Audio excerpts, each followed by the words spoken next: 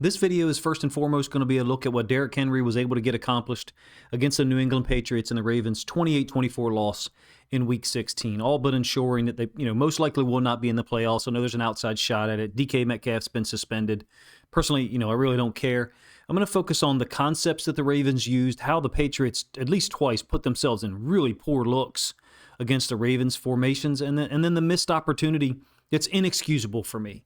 The final two possessions, Derrick Henry not only doesn't get the football when Lamar Jackson isn't available, but he's not even on the field. We'll get the film started here with Derrick's first touchdown run on the first possession. This was a Derrick Henry-centric game plan, obviously, once Lamar left. Looking back at the film now, it actually was so, I think, even before Lamar got injured. A series of short runs that I won't illustrate or really talk about here. When I say short, I mean 4, 5, 6 yard variety. This is an extremely weird look by the New England Patriots. I'm not extremely familiar with their personnel, but I think this is an inside linebacker that they've walked up as an edge defender. Who knows? He could be a hybrid edge defender, an actual inside linebacker. And then I believe this is an edge defender lined up out here. I could have the positions wrong. Either way, they are inside linebackers and guys that are put in an extremely poor position to defend this boundary side run. So for whatever reason, we like the counter concepts against the Patriots last night. And you can see why. Because they worked, number one. That was a really nice job, if you ask me, of Fumbles kind of log blocking this edge defender, but it's a horrible tactical decision. When you wrong arm or spill, basically what you're doing is you're undercutting the first kick out, and then you're trying to force the football to go outside. You're spilling it to someone. That doesn't work here because it ends up being a 2-on-1. What I mean when I say 2-on-1 is you've got Christian Gonzalez here on the outside with a lead blocker in front, and that's Roger Rosengarten, for Derrick Henry. That's what I mean when I say 2-on-1.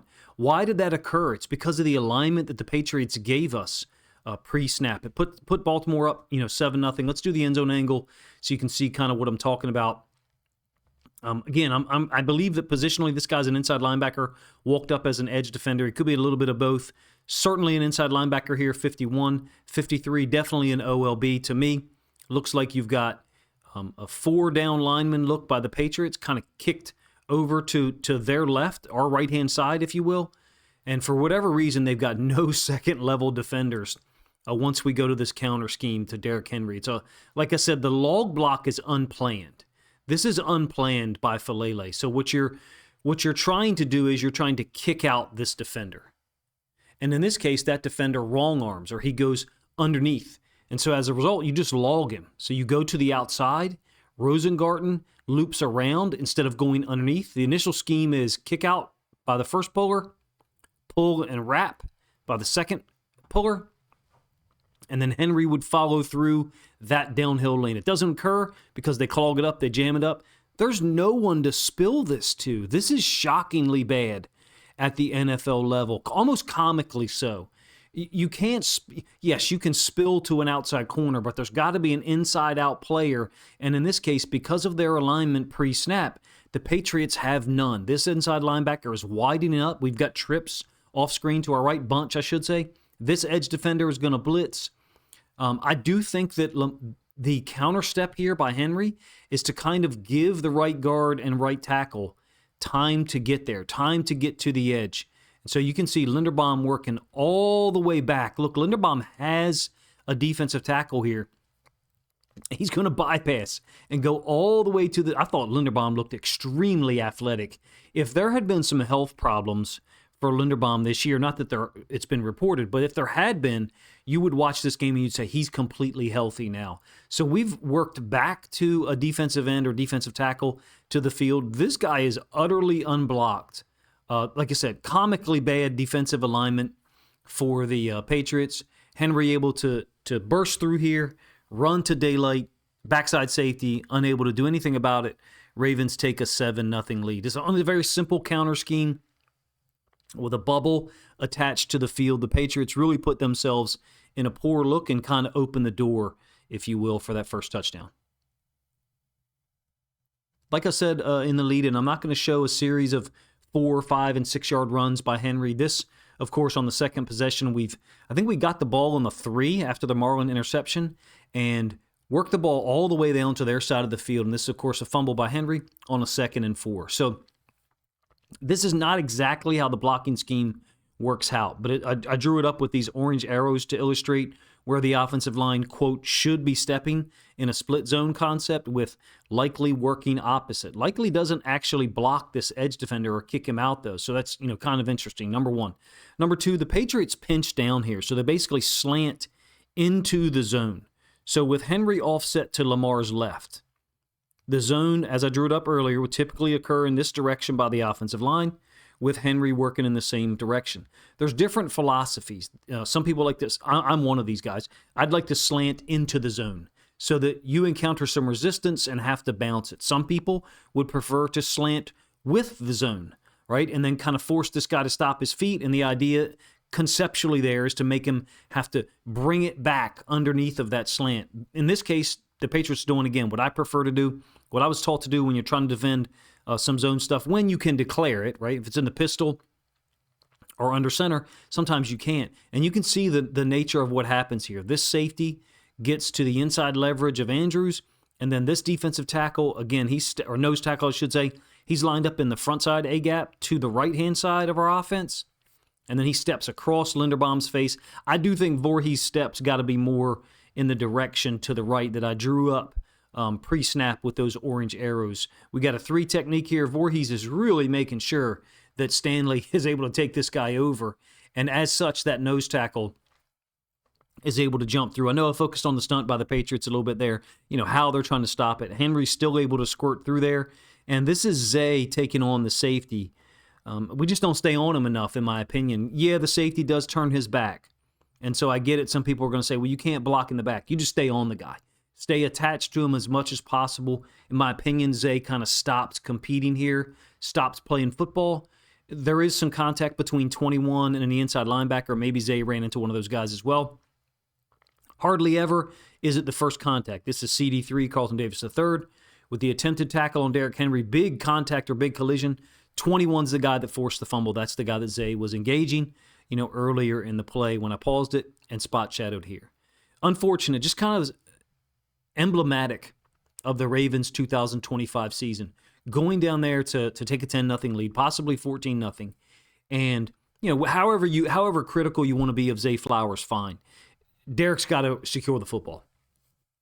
It's hardly ever, at any level of competitive high-level football, whether it's high school, college, or pro, it's rarely ever the first guy that makes contact that forces the fumble. You are demonstrating ball security for the defender you do not see.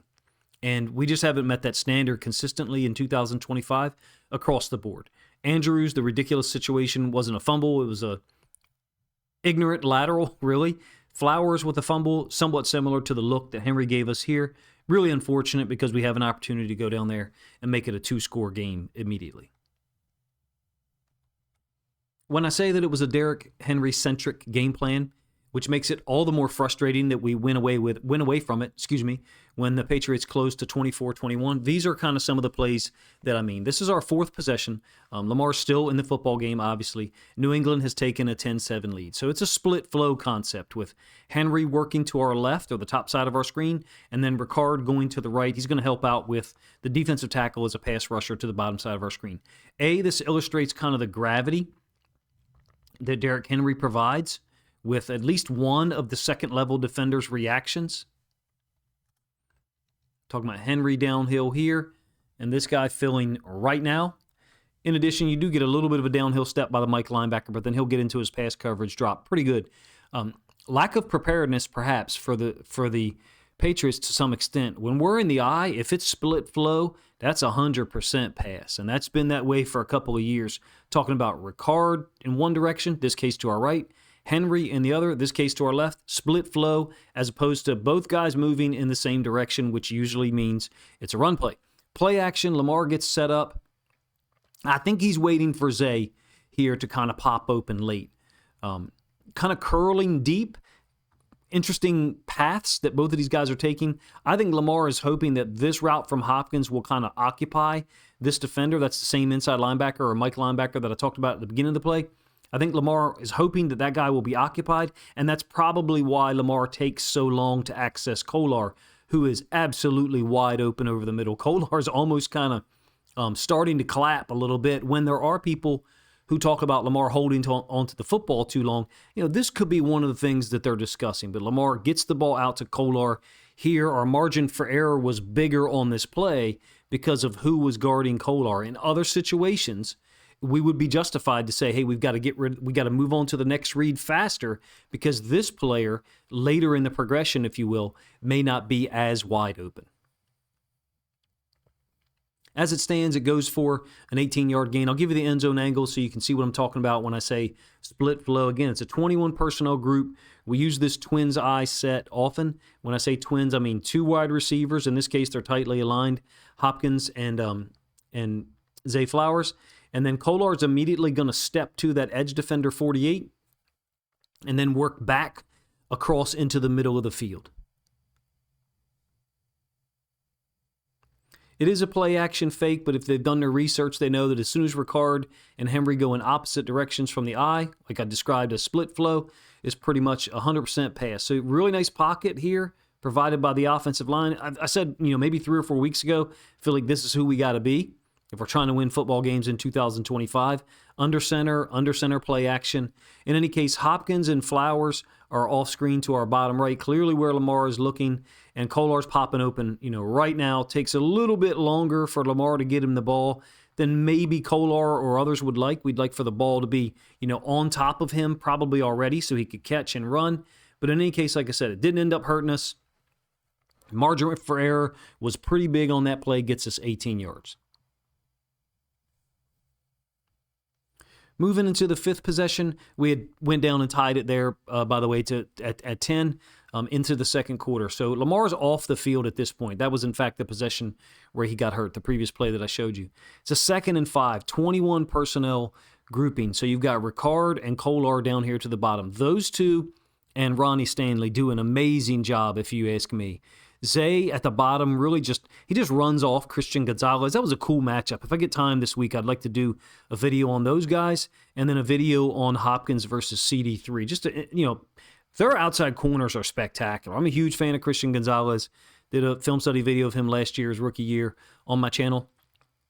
Number 1. Number 2, the matchup between Hopkins and CD3 was really cool to see 2 older legends going at it. But in any case, check out how Ricard and Kolar really open this up.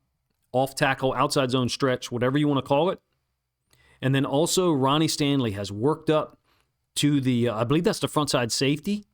And now all we got to get from Henry is just pick the angle, pick the direction, and then burst through it. And it ends up being outside of Kolar and underneath of Ricard's block. This is a big one. I thought it was going to go to the house, to be honest with you, once he broke through the second level. Fortunately for the Patriots, it's the same safety who forced the fumble on Henry earlier, number 21, that makes the tackle.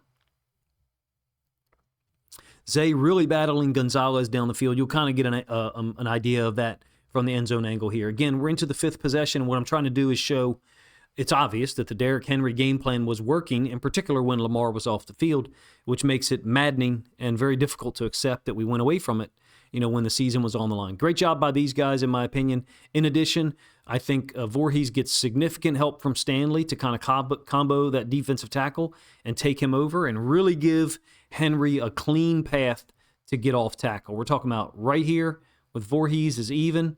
We're not there with Filele. I'll kind of come back to that in a moment. Check out Stanley, Kolar, Ricard. And then Ricard's going to get up to the safety, 31. And then Kolar's going to hook a second-level defender, outside linebacker, And then there goes Henry through the lane. Let me pull this back and just talk about one difference between Filele and any guard, for that matter, but particular Voorhees.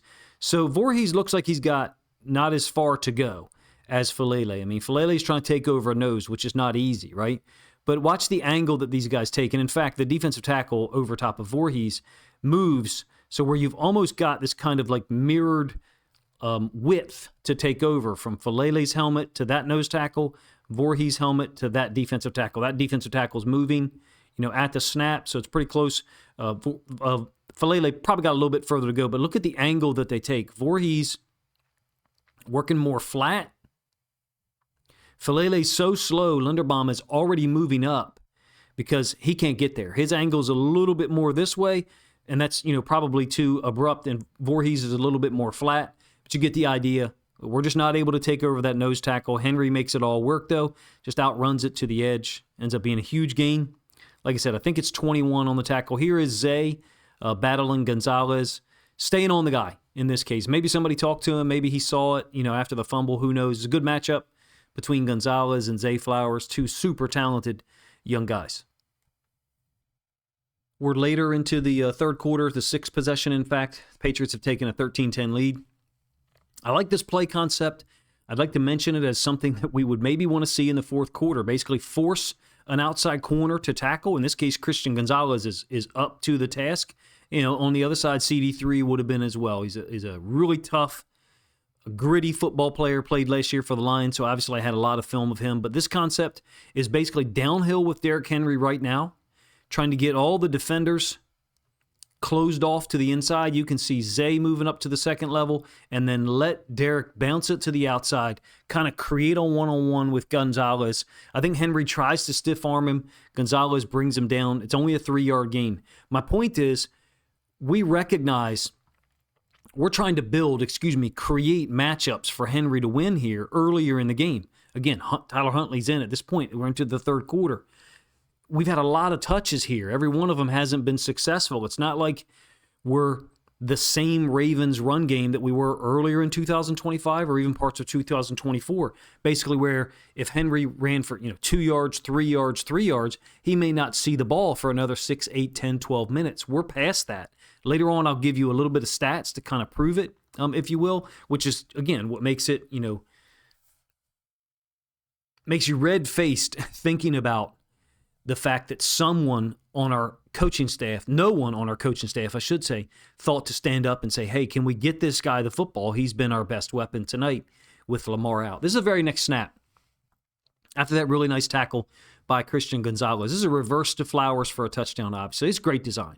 You're using Henry. He's counter-stepping. And then also the right guard is pulling. That's Falele. And all that's going to do is mean you do not have to block this field side inside linebacker. You don't have to block him because he's going to run himself out of there. He's going to read Falele and Henry's counterstep and flow in this direction, number one. Number two, we're getting our athletic offensive lineman out in space. First of all, Stanley, as the backside tackle, is going to get up to the field side safety. Since we didn't have to block the front side inside linebacker, think like domino effect. We can now allocate the backside left tackle, Ronnie Stanley, for the front side safety. And then finally, Linderbaum is obviously going to pull and get out in front. Likely does a great job of stepping and then getting out in front here. And Tez Walker is unable to corral or control, I think it's a nickel DB, number 24. Right here, and that's going to be the guy that likely KOs, kind of makes up for or atones for his false start, I think, earlier in the drive. Here's Ronnie getting up to that front side safety. Linderbaum leading out in front, using the gravity of Henry. Creative play that I think is very similar to Wham Trap in some ways, even though that's a direct flow run concept. We are using our most athletic linemen, Linderbaum and Stanley, to get out in space. And then it relies on the vision, the cutability of Zay Flowers, almost kind of like Tavon Austin-esque. If you're from Baltimore, you understand that reference is meant as a compliment. If you're not and you only know about the NFL, then you really don't get it.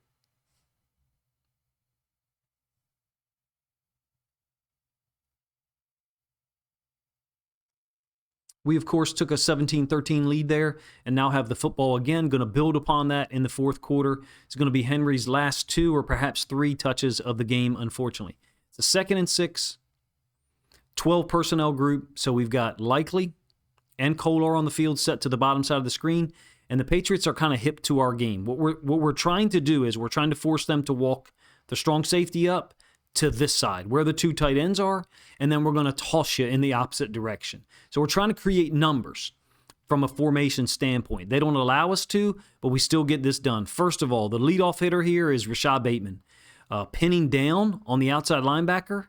I think the OLB just kind of kicks his foot up in the air because he's off balance. I don't think he's actually trying to trip Derrick Henry, but you can see Bateman pins him down. That allows Henry to get to the outside. Second part of this that's really big is Stanley releasing to the inside and then working up immediately to the second level.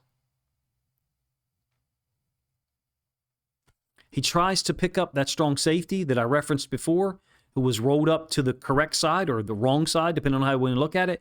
And in fact, Stanley ends up allocating both the strong safety and the corner. Ricard is out there for him as well. It's a 22 personnel group. I think I said 12 earlier. My apologies for that. It's a 22 personnel group. They rolled up the strong safety weak, so they had it right from the standpoint of where the point of attack was, but it didn't matter because we blocked it so well. Went for 22 yards. At this point in time for me, it's kind of starting to, the film and watching it live is kind of starting to remind me of, like, if you're a combat sports fan or a boxing fan or whatever, when Floyd Mayweather fought Conor McGregor, there got a point in time, like 8th, 9th round, Floyd's just breaking him down. Every shot is landing. I'm not talking about that time period when it was so easy. I mean, when there's a point in time where you can see Floyd's energy is not dropping, in fact, maybe rising by 3 to 5%, and Conor's energy level has dipped 8 to 10%. At that point, it became totally non-competitive, somewhere around like the 6th, 7th round, if you will. That's what I'm talking about, obviously, in this analogy. Derrick Henry is Floyd Mayweather, and the Patriots' defense is Conor McGregor. Didn't turn out that way because we basically didn't force them to tackle him much thereafter. Here's that strong safety rolled up. This is the same play from the end zone angle. It's a toss concept. Great job by Bateman to pin that defensive end outside linebacker down and give Henry and Ricard the lane to get to the outside. Because he's so athletic, Stanley is able to get a hold of this strong safety. Ricard's trying to work out to the corner. Again, it's Christian Gonzalez. I think Stanley ends up really kind of taking the corner over. Ricard gets no one, but that's because the strong safety expands so far, number one. Number two, Kolar's a worker, man. Kolar is really working down here to try to go get the safety, number 31. Unfortunately, he's able to finish him off, and so we have to, play another down to try to get in the end zone. I thought we were going to get in on that play. I thought after this touchdown, this next play that I'm going to show you, to actually be the last one, it's the last time Derrick Henry gets the ball. I don't want to say I thought the game was over, but I felt like if we keep giving Derrick Henry the football, that they're going to break. That's what I meant when I brought up the Floyd-Conor analogy. So 2 plays later, after that 22-yard run from Henry on a toss concept, this is a weird play.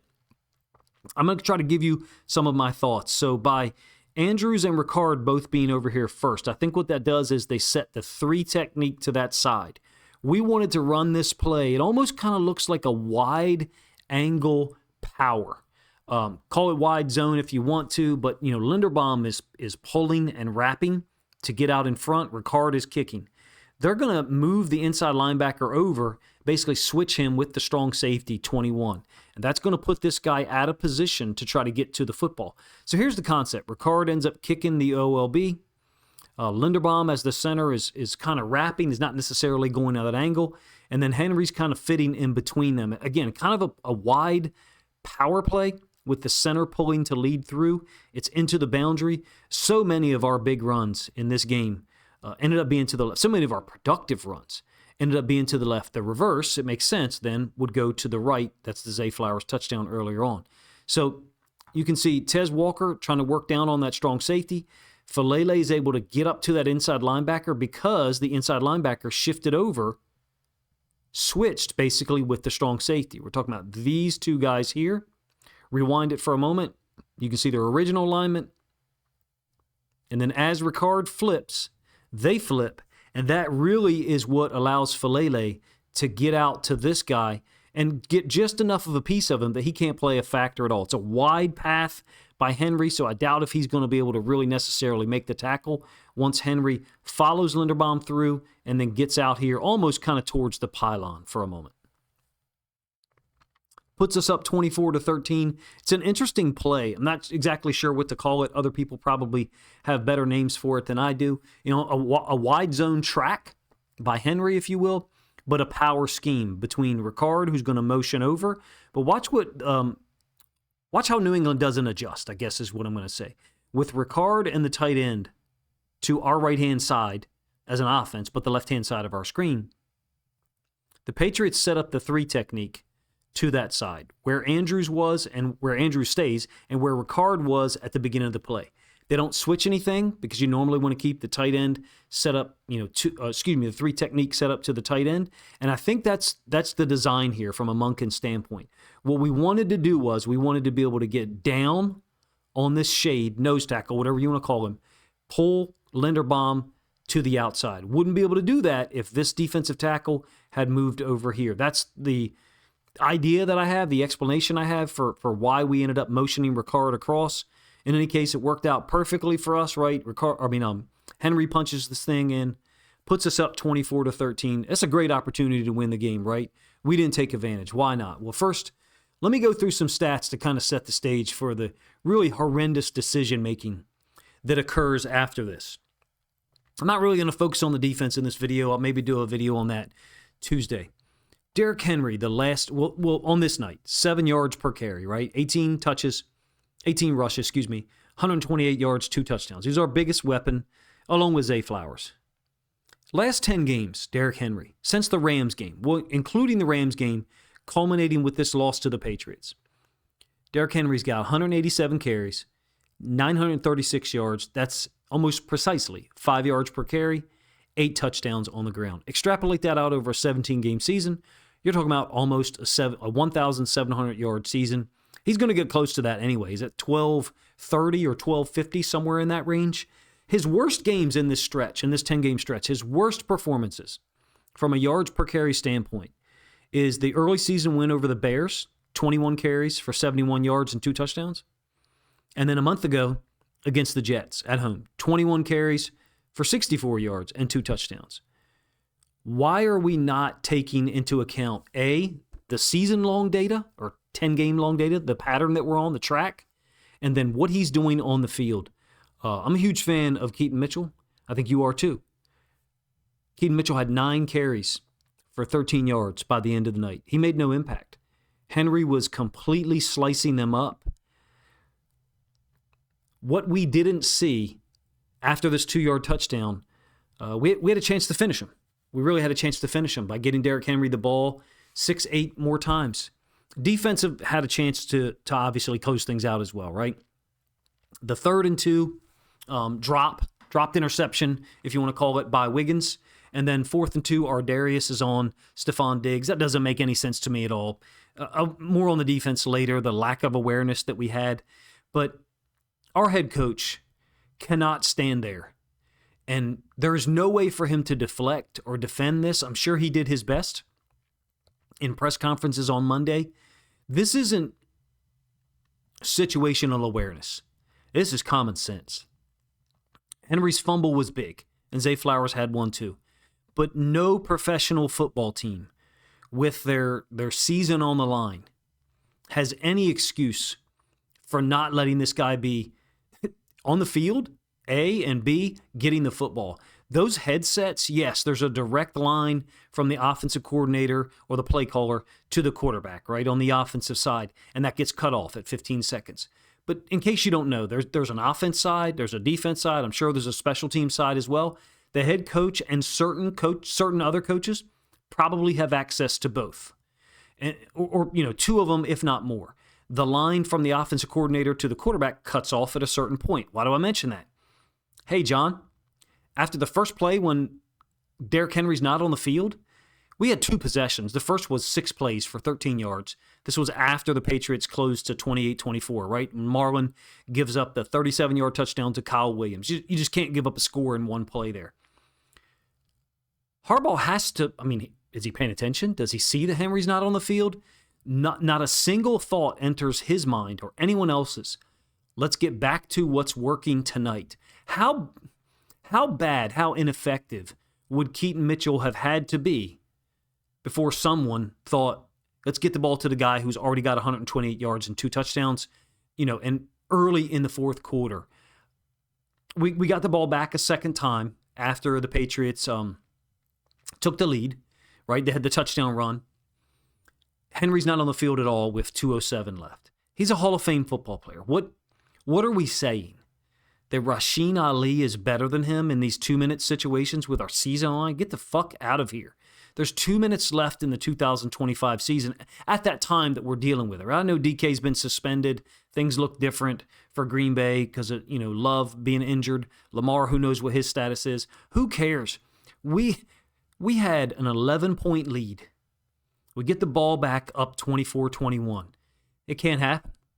To me, this moment is the exclamation point on 2025.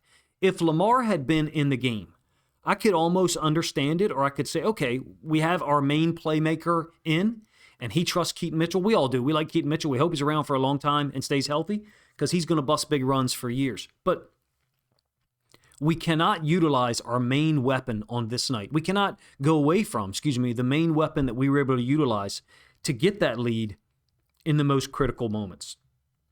Yes, the Patriots outgained us for the game. Drake May tore us up, I think 350 or 340 in the air, something like that. Might have been 370, I don't know. They had more first downs than us, 24-18. I get it, but we did not put ourselves in position to win with our best talent when the game was on the line. What I was taught, that's the exact antithesis or opposite of coaching, where you're trying to put people in positions to succeed with the highest level of efficiency and consistency. I think it's an unforgivable mistake.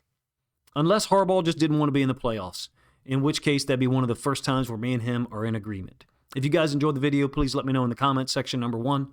Number two, if you think other Ravens fans would enjoy my thoughts on what occurred or didn't occur on our last two possessions, which is Derrick Henry getting the football, and then the plays that I used to illustrate how obvious it should have been, that should have been our first, second, and maybe even third option. If you think other Ravens fans would enjoy it despite the loss and the sour taste in our mouths right now, then please consider grabbing a link to this video, sharing it out on social media to help this content get more reach.